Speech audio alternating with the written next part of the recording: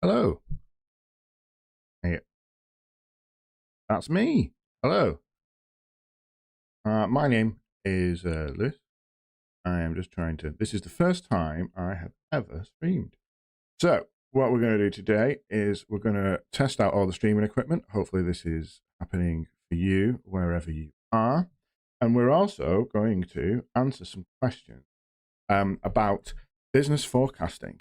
So, if bear with me a second, we will pull this back to the start. So, I'm just going to double check this is actually streaming and live and that you can all hear me. So bear with me a second. Happening. Second.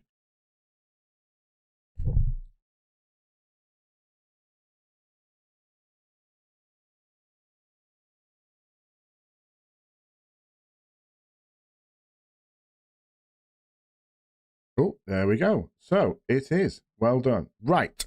Okay. Quite proud of myself for doing something different. So, what are we going to talk about today? So we're going to talk about me. We're going to talk about who I am, and we're going to talk about a question that has been sent to me by a client, which is all about realistically forecasting turnover and profit. We're going to go through why you need to do this, and then in a very simple way, easy to understand, we're going to talk about how you actually do it.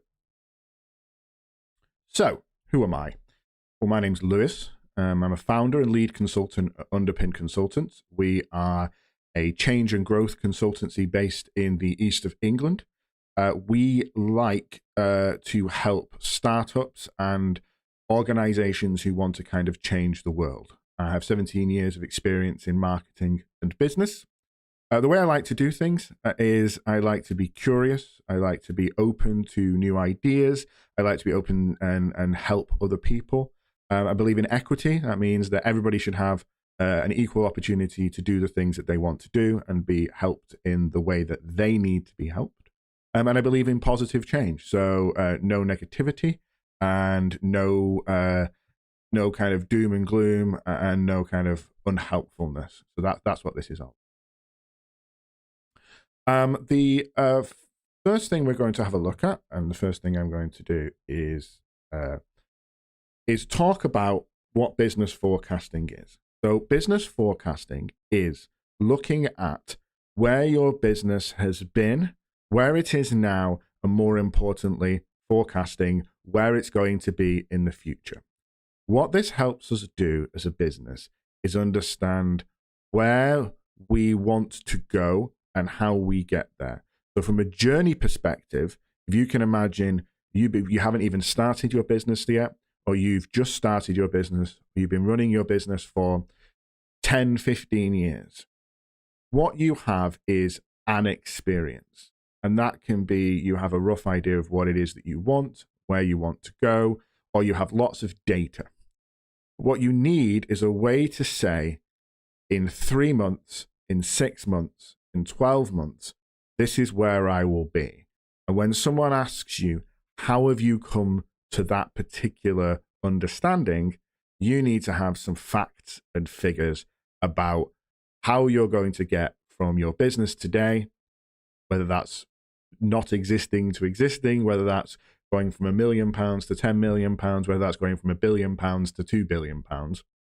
You need to understand where you're going. And the way you do that is by bringing in two different types of data. The first type of data you need to bring in is something called qualitative. And what this is things that are general and have been looked at by experts. So if you haven't started your business, this is the majority of what you will have. You will have experts in your industry, you will have reports, you will have websites, you will have videos like this that will be able to say an electrician, a resource person, human resource management, whatever it might be, they're expected to look at this, they're expected to deliver on this. The average cost of working is £300, but you can make £400 a day. All of that information is out there and you can search for it and you can use that as a basis to deliver a forecast of what you think as a business you're going to be able to make over the next 6, 12, 24 months. The other information that you can have, if you've already been running a business, is quantitative information. Now, quantitative information is historical data. So that's, I've been running my business for 6 years. I know in year 1, I made this. I know in year 4, I made that. So in year 7, I should be able to track and say, if I am growing 10 to 15% a year, it works out that if I continue to do what I'm doing, then I will make X more money this year. I will make 15% more. There are lots of differentiators and differences in that particular way of dealing with things. And what we will need to do in future live streams is to work out how we make sure that that data is robust. For example, seasonal product sales. You sell Christmas trees. There's no point looking at March when you make all of your money in December. If you're an ice cream truck, it's April to September. There are certain times of the year where you will make lots of money, and there are certain types of the year where you will make no money at all. And so we need to make sure that we're being what's known as robust with our data and making sure that we're providing context wherever we can. So there are main 3 types of business forecasting, and each one that we're going to talk about today is more complicated and involves more data than the previous one, but all of it is included in the previous one. So we'll start with sales forecasting. That's predicting the numbers of sales in a specific period. Then we'll move on to profit and loss, which is summarizing what's going to come into your business, that's income, and what's going out of your business, that's expenses. And then finally, we will look at the cash flow forecast that tracks everything that is going to come in and everything that's going to go out in terms of money you have. And we'll go into what cash flow is when we get there. And then finally, we're going to go to a growth forecast. And what a growth forecast is taking all of that information of things that have happened in the past, or what we expect to happen with all the information that we've gathered together. How much money do we think we are going to make over the next period of time that we're going to use? Let's say 12 months. So why do you need a business forecast? It's really interesting. A lot of people run their businesses without them, and I think they're incredibly important. The first thing is it allows you to prepare and it allows you to plan. When we get to the cash flow in particular, you will see that there are some months where you have a lot of outgoings and a lot of incomings. So there are some times where you have only one and not the other. And if you have a lot of things going out, a lot of things that you have to pay for, but not a lot of things that you have coming in, then you're going to end up with a situation where you are in the negative for money. And then what do you do about that? Knowing that 3, 4, 5 months in advance is going to be really helpful for your business. Second thing is grants, loans, applications, overdrafts, people wanting to buy your business, people wanting to invest in your business. They will all want to know how much money you've made, how much money you're making right now, and how much money you think you're going to make in the future. And they're not going to believe you unless you have lots of numbers and analyses to back that up. Third point is budgeting. So where and when and how are we going to do this? And what money do we need to set aside now for potential outgoings or incomings in the future? And then the last one is if you want to change anything, so you've been running a business model that is £10 an hour, or people pay on a flat fee every year, and you want to change it to a subscription, then you'll need to work out how that is going to change your incomings and outgoings. There's a business I work with at the moment, and one of their major issues now is that they have a lot of incentives that they can use to reduce the cost to the customer. The problem is they need to install it first before claiming that money back. And so having that kind of incentive creates a particular issue when it comes to cash flow. But if they're planning ahead and they're using things like overdrafts, or they're using short-term loans to buy for things, that will have an impact too. So it's about understanding the different outcomes and options and what the benefits and the negatives are when it comes to creating that kind of business, new business model. So the first thing we're going to look at is sales forecasting. So sales forecasting is the simplest way of forecasting. And all it does is it says, how much money am I going to make coming into the business from the things that I sell? So that is all of the costs involved and the price adjusting on sales volume. And we'll go into that in a little bit. So what I've done is I've brought in from Free Agent, which is a bookkeeping software. They have a really handy spreadsheet that goes through examples and templates of sales forecasting. All I've done, I haven't created these, I've taken them and we're going to use those to talk through how we create sales forecasting, cash flow forecasting, and profit and loss. So let's have a look at that now. This is Steve's business. Whoever Steve is, he seems to have books and greeting cards and various other things. You will see here from a sales perspective, what he has done is in December or November, right about now, he's turned around and said, I think I am going to sell this amount of things over the next 5, 6, 7, 8, 9, 10 months. And what he's done is he's put that into a projection model for a spreadsheet. Now, what he said is that in greeting cards will be 300, then 350, 200, 300, and 300. What he's probably thought there is that he'll probably sell a few extra Valentine's Day cards, and he'll probably not sell as many in March, and then it might go back up for Easter, and then May. So he will have used quantitative and qualitative to say that this is what he thinks he's going to sell over the next thing.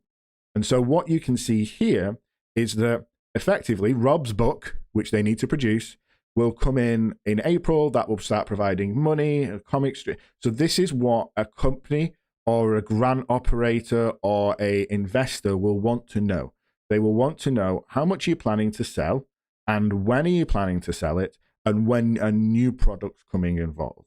And at the end of the year, you will turn around and be able to say, I have a total sales for next year. We are projecting that they are going to be £3,500 or whatever it might.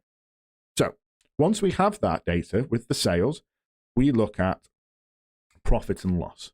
And what profit and loss is it takes all of that sales data, which is income, so that's the money coming into your business, and we work out what the expenses are. So to create the books and the comic books and the greetings card, what is that going to cost us?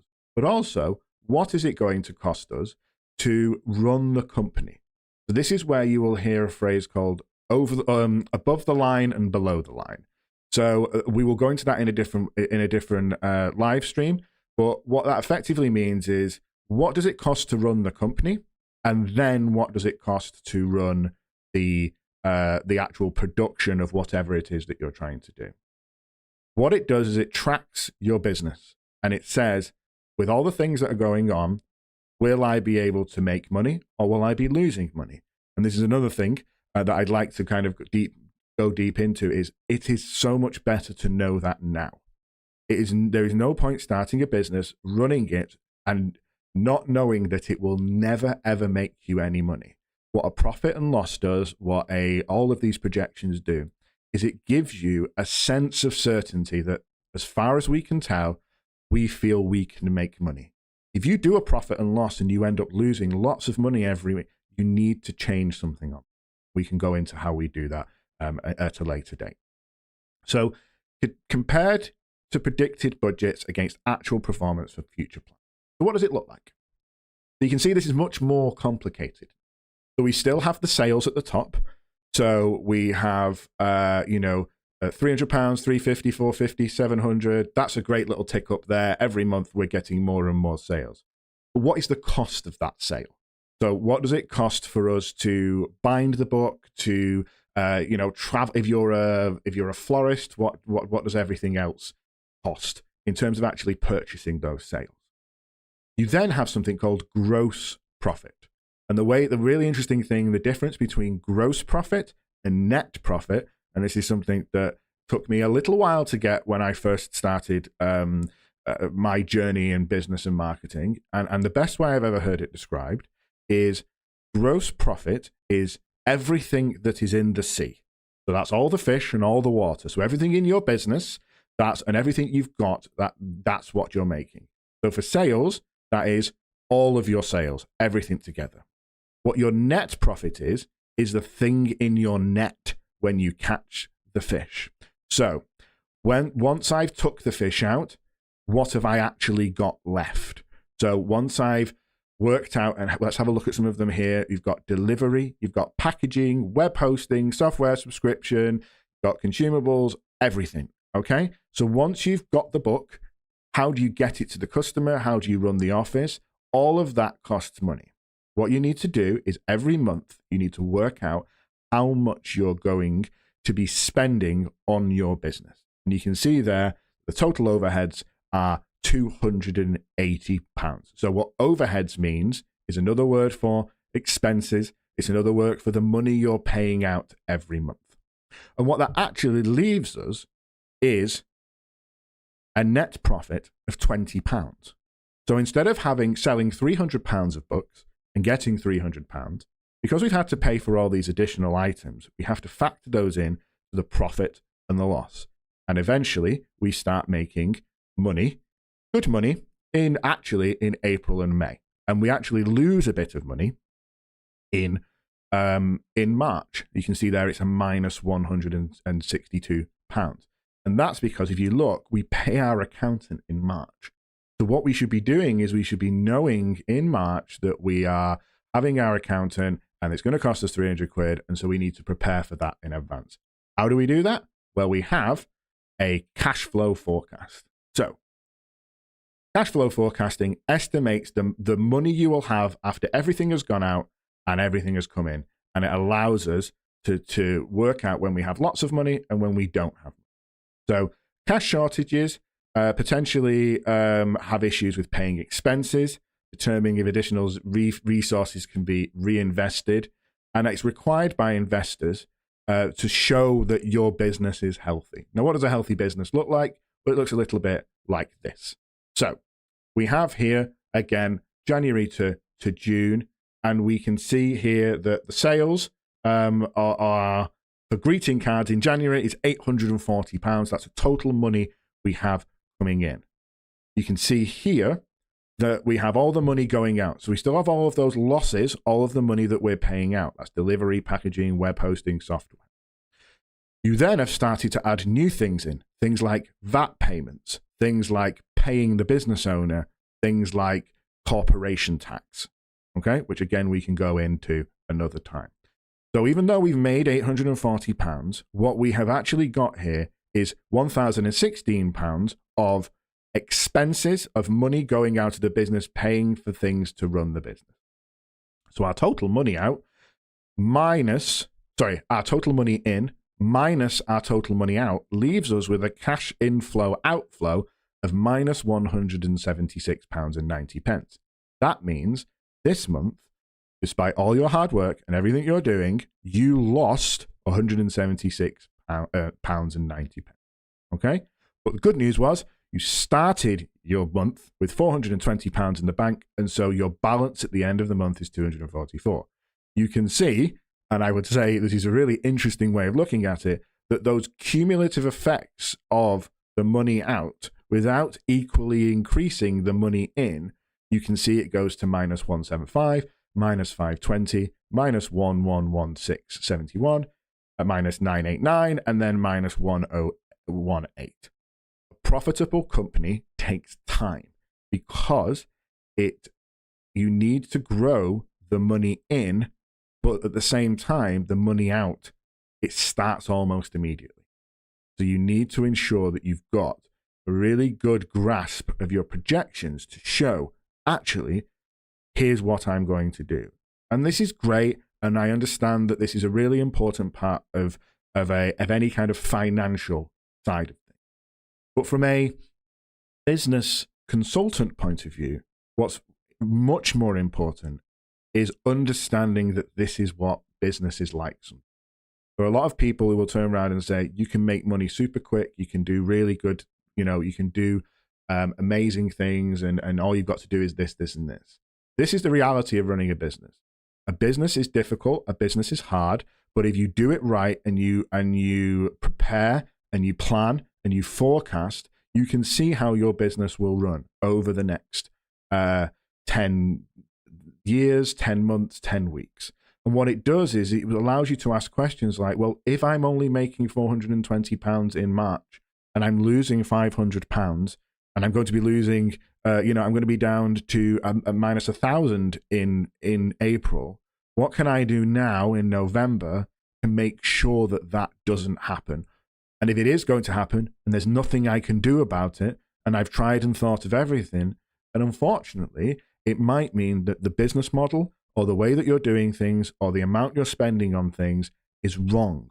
And that's okay if you then make a decision on that. But if you take all of this information and then just ignore it, that's not really going to be the right thing.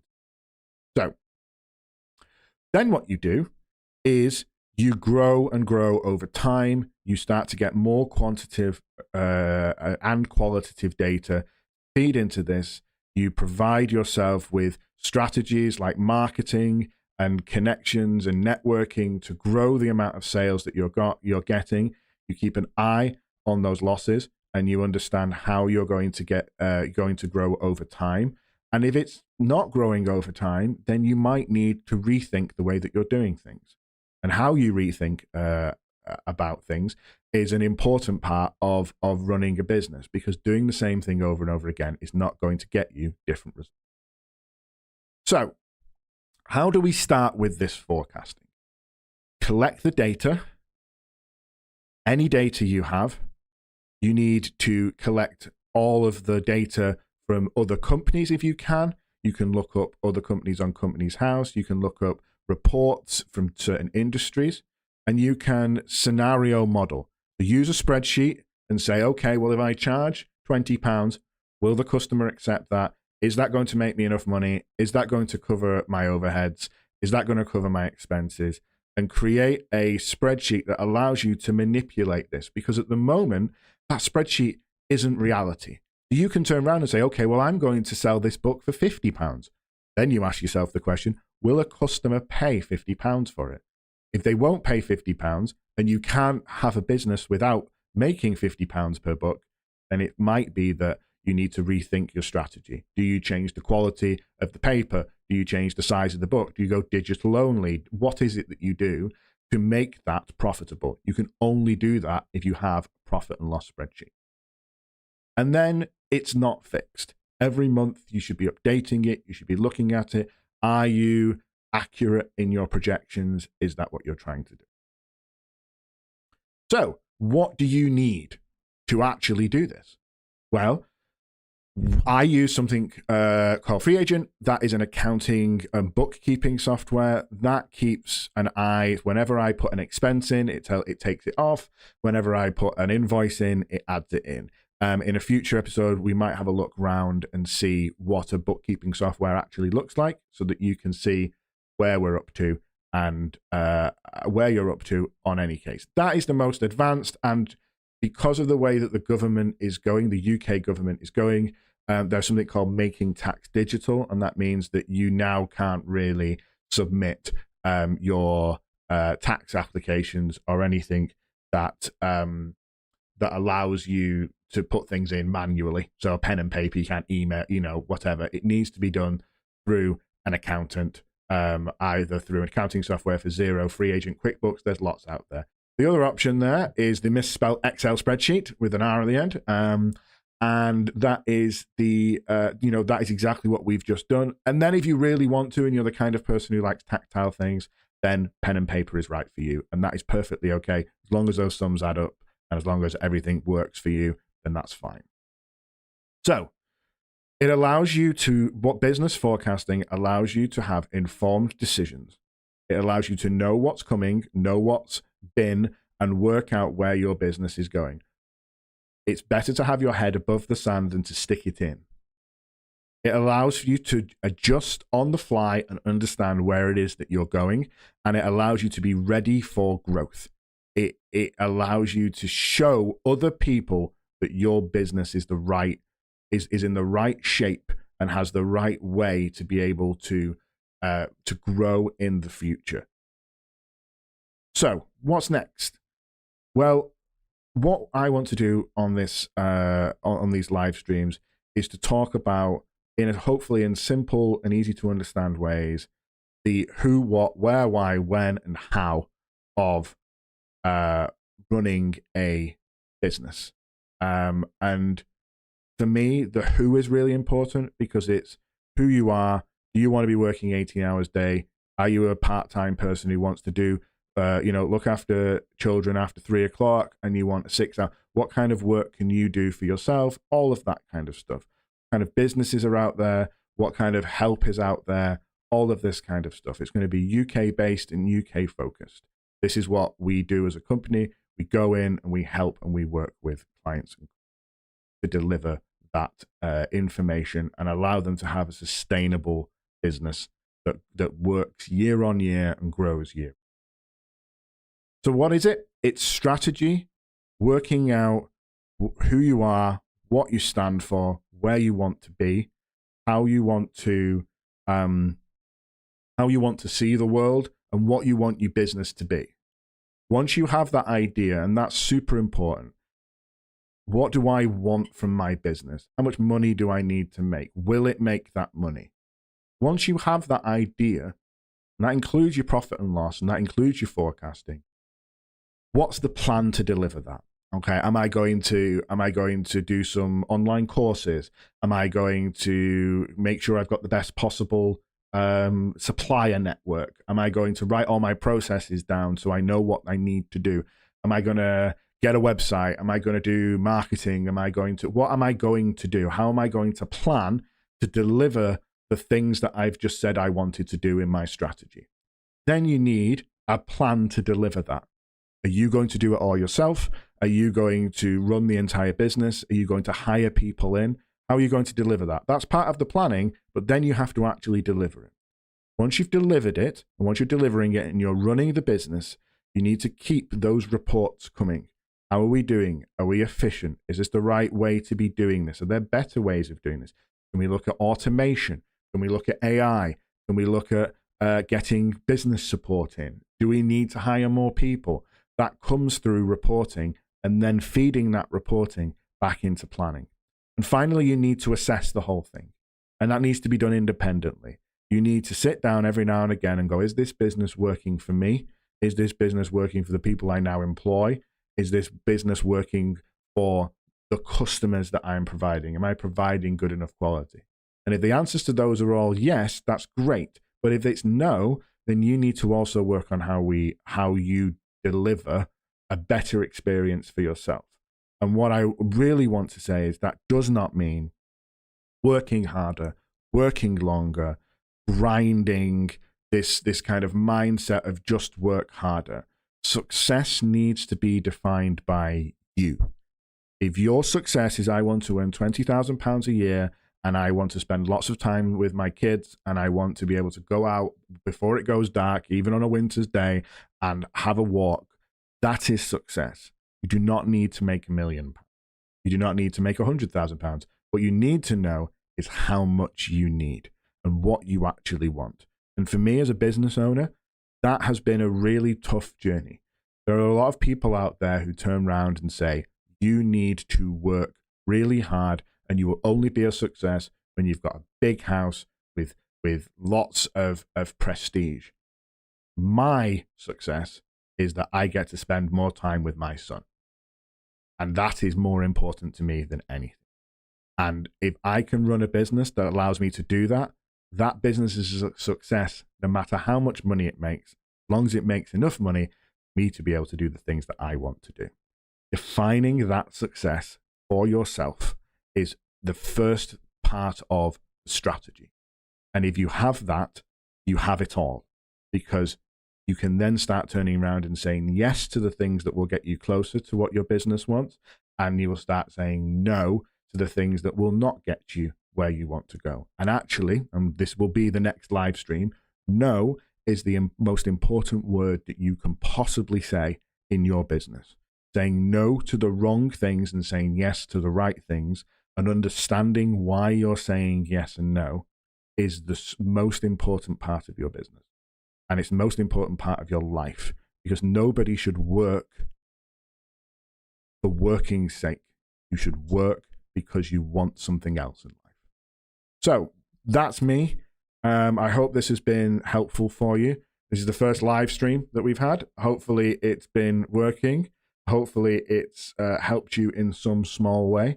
If you have any questions, please leave them in the comments below. I will hopefully be able to round those all up and answer them at the start of the next live stream.